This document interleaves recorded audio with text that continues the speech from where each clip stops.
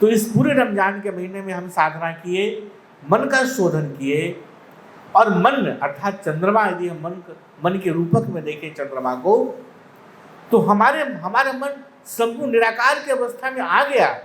उससे अब कुछ भी और ऐसे विचार नहीं है, संपूर्ण रूप से ब्लैकआउट है। वहां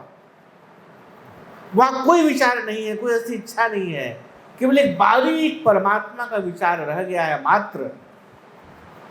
इस अवस्था को हम प्राप्त कर गए, ये हम उत्सव के रूप में ईद कह करके उसे हम मनाते हैं। ईद का मतलब ही होता आनंद मनाना, खुशियां मनाना। क्यों मना रहे हैं? क्योंकि हमने इस एक महीना के साधना में अपने अंदर इच्छाओं को, विचारों को शमित किया है, अनुशासित किया है, और हमारे अंदर सिर्फ परमात्मा का एक विचार, जो चंद्रमा के उस बारीक रेखा की तरह हमें आकाश में दिखाई देता है, वो हमारे अंदर विद्यमान रह गया। तो जब ये अनुभव हम प्राप्त किए, अपने अंदर परमात्मा की भक्ति को लाए, ऐसा ईद हमारे अंदर घटित हुआ, हमारे अंदर घटित हुआ। ये बाहरी आकाश नहीं है, ये तुम्हारे चित्त का आकाश है, तुम्हारी बुद्धि का आकाश है, तुम्हारे मन का आकाश है, जहाँ केवल एक ही विचार रह गया, परमात्मा का। जो चंद्रमा था पूरा खिला हुआ, बहुत सारे विचारों से भरा हुआ, वो नहीं रहा। अब केवल और केवल एक ही विचार रहा, परमात्मा का।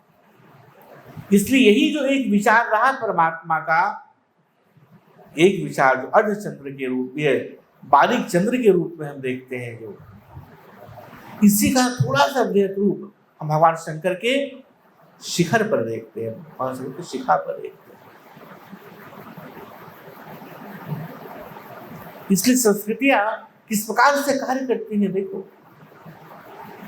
कि तुम्हारे अंदर केवल भक्ति ही विराजमान है, इसका प्रतीक है कि हम अपने अंदर के आकाश में, अपने मन के प्रतीक के रूप में जो चंद्रमा है, उसके सिर्फ एक बारीक इच्छा रह गई, प्रबल इच्छा, प्रबल भक्ति रह गई परमात्मा का। जब ऐसा प्राकट्य हमारे अंदर ईद के चांद का हुआ, तो इस आनंद को हम क्या करेंगे? केवल अपने साथ रखेंगे?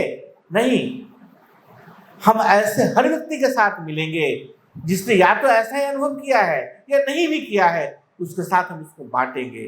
तो हम मिलते हैं अवभाव से, जिस किसी से मिलते हैं उसको गले मिला के बोलते हैं कि तुम्हें भी ईद मुबारक और मुझे भी ईद मुबारक।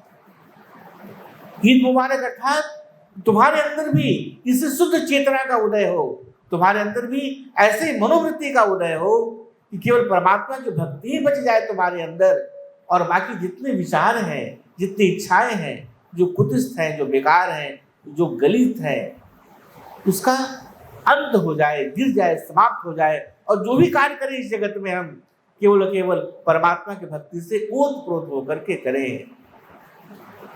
इसी को जो फैलाना है, लोगों तक बिखेरना है, सुगंध को प्रसारित करना है, इसे हम कहते हैं ईद मिलन, ईद मुबारक। और फिर हम मिलना आरंभ करते हैं दूसरों से, और उसी को हम कहते हैं कि आज ईद है, आज आनंद है।